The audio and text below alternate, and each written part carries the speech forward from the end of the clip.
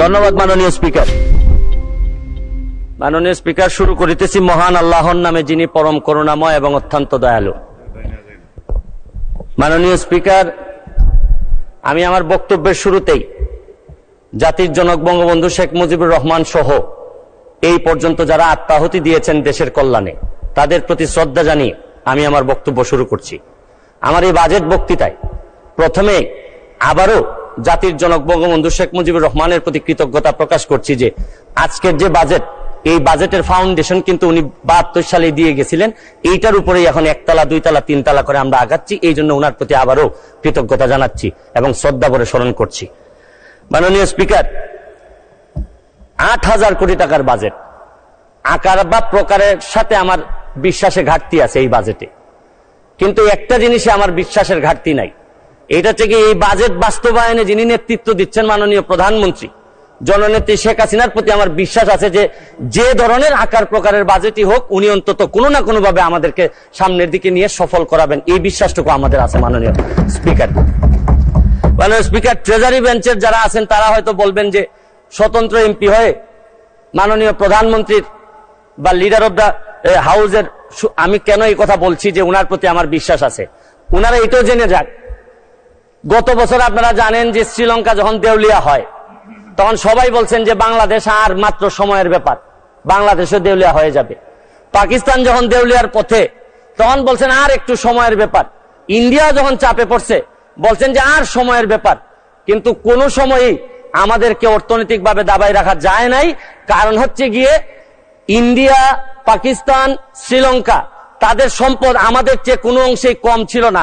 তবে একটা জায়গায় ঘাটতি ছিল, এদের জননেত্রী শেখ হাসিনা এদের হাতে ছিল না। মাননীয় স্পিকার, মাননীয় স্পিকার, আমি এইটার সাথে সাথে বাজেটের উপর কয়েকটা কথা বলতে চাই যে এই সরকারের কয়েকটা প্রেসার নেওয়া লাগবে। এই প্রেসারটা আমি সাজেশন দিতে চাই মাননীয় স্পিকার। মাননীয় স্পিকার, দেখেন এই বাজেটে ঋণ দিয়ে উন্নয়ন ব্যয় মিটানো হবে।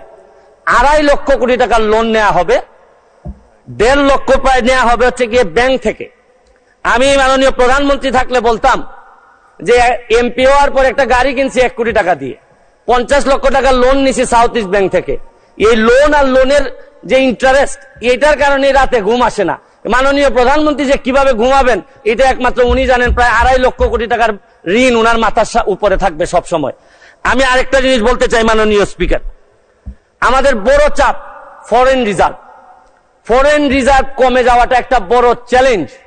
কারণ হচ্ছে গিয়ে যে বাজেট আপনারা এই সরকার এখানে দিচ্ছেন, আরেকটা বাজেটও আমাদের এই সরকারকে বা এই মাননীয় প্রধানমন্ত্রীকে ব্যর্থ করার জন্য আরেকটা বাজেটও আছে।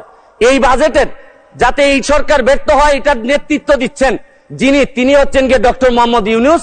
তিনি চাচ্ছেন এবং তার নেতৃত্বে যিনি সরকার গঠন করতেছেন তার নেতৃত্বে আছে হচ্ছে গিয়ে ডলার। এই ডলার হচ্ছে গিয়ে নেতৃত্বে চাচ্ছে যে আমাদের এই প্রধানমন্ত্রীর এই বাজেট যেন ফেল হোক। আমি আরেকটা জিনিস বলতে চাই, এক্সচেঞ্জ রেট ডেপ্রিসিয়েশন করছেন হচ্ছে গিয়ে রিসেন্টলি আরো 7 টাকা ডলারের সাথে। এক্সচেঞ্জ ডেপ্রিসিয়েশন করার কারণে ব্যালেন্স অফ পেমেন্ট যেটা, এইটা আমাদের মিটানো অনেক বেশি ডিফিকাল্ট হয়ে যাবে। এইটা একটা বড় প্রেসার মাননীয় স্পিকার। মাননীয় স্পিকার, মুদ্রাস্ফীতি, আপনি জানেন যে টাকার দাম কমে যাচ্ছে, কমে গিয়ে 9.5% হয়েছে এই গত 20 মাস ধরে। আপনাদের কাছে তো মাত্র একটা সংখ্যা 9.5%, কিন্তু ফিক্সড ইনকাম যারা করে, যারা নির্দিষ্ট বেতনে চলে, তারা জানে যে মুদ্রাস্ফীতি এই পর্যায়ে 9.5% দিয়ে সংসার চালানো কতটা কঠিন। এটা একটা বড় চ্যালেঞ্জ মাননীয় স্পিকার। মাননীয় স্পিকার, আপনি তারপরে এই বাজেটে 2-3টা জিনিস আছে, ভালো সফলতা আছে এই সরকারের। আপনারা কি করলেন? আপনারা ইন্টারেস্ট রেট বাড়িয়েছেন, খুবই ভালো, এটা প্রশংসার যোগ্য। আপনারা মানি সাপ্লাই বাজার থেকে কমিয়েছেন, এইটাও একটা সংকুচনমূলক মুদ্রানীতি, রাজস্ব নীতি। এই রাজস্ব নীতি করতে গিয়ে, সংকুচন করতে গিয়ে সবই ঠিক আছে মাননীয় স্পিকার, কিন্তু আমরা নিজেরা এমপিদের উপরও সংকুচন শুরু হয়ে গেল। আমাদের গাড়ির উপরও 25% একটা প্রস্তাবিত বাজেটে চলে আসলো মাননীয় স্পিকার। আমরা যে জিনিসটা বলতে চাই, কম্পেয়ার করে এই কথা বলতে চাই না স্পিকার। মাননীয় স্পিকার, কাদের সাথে কম্পেয়ার করবো আমরা? আমার এলাকায় যত অফিসার আছে সবাই সরকার গাড়ি দেয়, নতুন নতুন গাড়ি দেয়, আর আমাদের কিনতে হয়। তাও আমারে ট্যাক্স মওকুফ করার কথা, 25% এখন দিতে হবে। কিন্তু আমি মাননীয় প্রধানমন্ত্রী হইলে বলতাম, গত পরশুদিন আমি তো গাড়ি পেয়ে গেছি মাননীয় স্পিকার, গাড়ি পেয়ে বলবেন আমি গাড়ি পেয়ে গেছি, আমারে তো কোনো ট্যাক্স নেয় নাই মাননীয় স্পিকার। তবে আমি মাননীয় প্রধানমন্ত্রীকে বলবো যে আমি যেহেতু ট্যাক্স বিহীন গাড়ি নিয়েই আসছি, আমার অন্যান্য কলিগরা তো আনতে পারেন নাই। আপনারা, আমি যেহেতু এটা আমাকে ফ্রি দিলেন আর অন্যান্য আমার কলিগরা ফ্রি পাবেন, এটা ডিসক্রিমিনেশন হয় মাননীয় স্পিকার। তারপরে আমি মহান সংসদে বলে দিচ্ছি, তারপরে যদি মনে করেন দেশের স্বার্থে 25% নিবেনই আমাদের উপর, যতই কষ্ট হোক, মানবতার মা উনি, উনার বিরুদ্ধে আমরা কোনো কথা বলতে পারবো না। হয়তো উনি দেশের স্বার্থেই বলেন, তারপরে বলবো যদি উনি নিশ্চিতি নিতেই চান, তাহলে আমার টাকাটা আমি কথা দিচ্ছি যে উনি যেদিন বাজেট পাস করবেন, এই 25% টাকা আমি নিজে নিয়ে এনবিআর এর কাছে দিয়ে আসবো মাননীয় স্পিকার। তাও আমি চাই না যে আমি যেটা পাইছি এটা আমার কলিগরা পাবে না, এটা হইতে পারে না মাননীয় স্পিকার। মাননীয় স্পিকার, আপনি দেখেন টাকা পাচার এই সরকারের বড় একটা সমস্যা, টাকা পাচার ঠেকানো যাচ্ছে না। আপনি দুর্নীতি করলে তো অর্থনীতিতে নিয়ে আসা যায়, টাকা পাচার হয়ে গেলে যে দেশে যায় এই দেশের অর্থনীতির বাজেট হয়ে যায়। আরে আমরা বঙ্গবন্ধুর খুনিরে আনতে পারি না, আর টাকা পাচার করে এই টাকা ফেরত আনবো কিভাবে? এইটা একটা বড় সমস্যা। টাকা পাচার করে আমাদের বাজেট সংকুচিত হয়ে যাচ্ছে মাননীয় স্পিকার। মাননীয় স্পিকার, আরেকটা জিনিস, এই সরকারে রাসেল ভাইপার সাপ চলে আসছে মাননীয় স্পিকার। এই সাপ আসার কারণে সরকারে যখন সাপ আসে প্রকৃতিতে বেজি থাকে, এই বেজি করে কি সাপরে নিয়ন্ত্রণ করে। কিন্তু এই সরকারে দেখা যাচ্ছে বিভিন্ন জায়গায় রাসেল ভাইপার আছে, কিন্তু বেজি ওই পরিমাণ নাই যে এই সাপরে ধরবে মাননীয় স্পিকার। আপনি দেখেন এই আমাদের প্রতিষ্ঠানগুলা কত দুর্বল হয়ে গেছে। আমাদের প্রতিষ্ঠান, একজন ভদ্রলোককে দুদক ধরতে পারে নাই, একজন ভদ্রলোককে এনবিআর ধরতে পারে নাই, বাংলাদেশ ফাইন্যান্সিয়াল ইন্টেলিজেন্স ইউনিট ধরতে পারে নাই। আর এনবিআর এর মতিউর রহমানকে ধরলে একটা ছাগল, ছাগল ছাড়া এই লোককে তো আপনি আনতেই পারতেন না। ছাগলের কাণ্ড হওয়ার কারণে আর ফেসবুক ভাইরাল। 1 মিনিট বক্তব্য আপনার বরাবর অ্যাপ্লিকেশন আছে, আমি 247 ইনভোক করতেছি। এখানে 247 হচ্ছে কি আমার বিরুদ্ধে, এখানে একজন মাননীয় সংসদ সদস্য আমার বিরুদ্ধে অভিযোগ দিয়েছেন। আমার আত্মপক্ষ সমর্থনের সুযোগ দেওয়ার জন্য, আমি সময় দেওয়ার জন্য আপনার কাছে দাবি জানাচ্ছি। মাননীয় স্পিকার, এখন আসেন আপনারা বেনজির কাণ্ড, মাননীয় সাবেক আইজিপি উনি এত বড় হয়ে গেলেন, মন্ত্রণালয় জানলো না, মাননীয় স্বরাষ্ট্রমন্ত্রী জানলেন না। এই বাচ্চাটা এত বড় হয়ে গেল, আর কিছুদিন সুযোগ পাইলে পুরা গোপালগঞ্জ কিনে ফেলতেন এই বেনজির সাহেব। তারপরে এইটার দায় এই মন্ত্রণালয় এড়াইতে পারে না মাননীয় স্পিকার।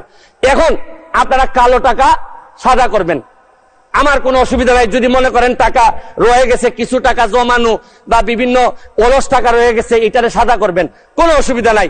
কিন্তু এই সাদা করার মধ্য দিয়া বেনজিরার মতিউরের টাকাও যদি সাদা হয়ে যায়, আর এদের ভবিষ্যৎ প্রজন্ম উত্তরাধিকার, আদর্শের উত্তরাধিকার যারা, তাদের টাকাও যদি সাদা হয়, তাহলে এই সময় শেষ, 1 মিনিটে শেষ করুন স্পিকার।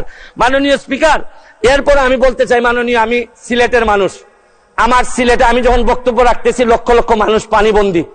আমি আপনার মাধ্যমে মাননীয় প্রধানমন্ত্রীর কাছে দাবি রাখতে চাই, একটা হাইড্রোলজিক্যাল একটা রিসার্চ করেন। আমাদের এই পানি আগে কখনো বন্যা হইতো না, এইরকম 22-এর বন্যা, 24-এ বন্যা, আমরা একেবারে দেবে গেছি পানির নিচে। মাননীয় স্পিকার, এইটা জানা দরকার যে আমাদের এই ভারত থেকে আসা পানি কোথায় কোথায় বাধা পড়ে, এইটা দেখতে হবে মাননীয় স্পিকার। অনেকে সন্দেহ করে মিঠামইনের রাস্তাও আমাদের এই দুর্ভোগের কারণ, যদি হয় এইটারও মডিফাই করতে হবে, কারণ একটা জেলারে আপনি সৌন্দর্য দিয়ে আরেকটা জেলা ডুবাই দিতে পারেন না মাননীয় স্পিকার। আমি হাইড্রোলজিক্যাল স্টাডি এবং এই স্টাডির ফলাফল আমাদের সামনে নিয়ে আসার জন্য দাবি জানাচ্ছি মাননীয় স্পিকার। মাননীয় স্পিকার, একজন সংসদ সদস্য আমার ব্যাপারে অভিযোগ তুলছেন যে আমি যে বরাদ্দ পাই এইটা ফেসবুকে দিয়ে দিছি, 25 কোটি টাকার কথা বলা হয়েছে। আমি বরাদ্দ, মাননীয় সদস্য, আজকে বক্তার তালিকা অনেক বড়, 1 মিনিটে শেষ করুন। আমি বলতে চাই যে আমি যত বরাদ্দ এই পর্যন্ত পাইছি, আমি হচ্ছে কি এমপি হিসাবে ট্রাস্টি, এই টাকা জনগণের জানার অধিকার আছে। আমি ফেসবুকে দিয়েছি, হয়তো প্রকল্পের জায়গায় টাকা বলছি, কিন্তু টাকার মধ্যে কোনো ব্যবধান ছিল না, কারণ নতুন জেনারেশন আপনি যা বরাদ্দ পাবেন তা জানতে চায়। এবং আমি বিশ্বাস করি বঙ্গবন্ধুর আদর্শের সৈনিক হিসাবে আমি এই ট্রান্সপারেন্সি আমার মধ্যে এটা থাকতে হবে, এবং আমি এই কথা বলি আমি আমার এলাকার এমপি হয়েছি। মাননীয় স্পিকার, আমি মাননীয় প্রধানমন্ত্রীকে চিনি, আমার একটা বিশ্বাস সব দুর্যোগের মধ্যেও উনি আমাদেরকে পার করাবেন। কারণ আমাদের মাননীয় প্রধানমন্ত্রী বঙ্গবন্ধু কন্যা, উনি এমন এক পাখি যিনি ডালের উপর বসেন ঠিকই, কিন্তু তার ভরসা ডালের উপর না, তার ভরসা পাখার উপর।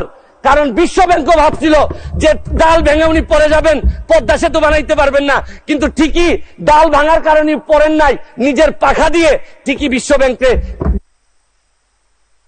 ধন্যবাদ মাননীয় সদস্য, আপনাকে অসংখ্য ধন্যবাদ। মিশন 90 সংবাদের পিছনে নয়, ভিতরে ছুটি।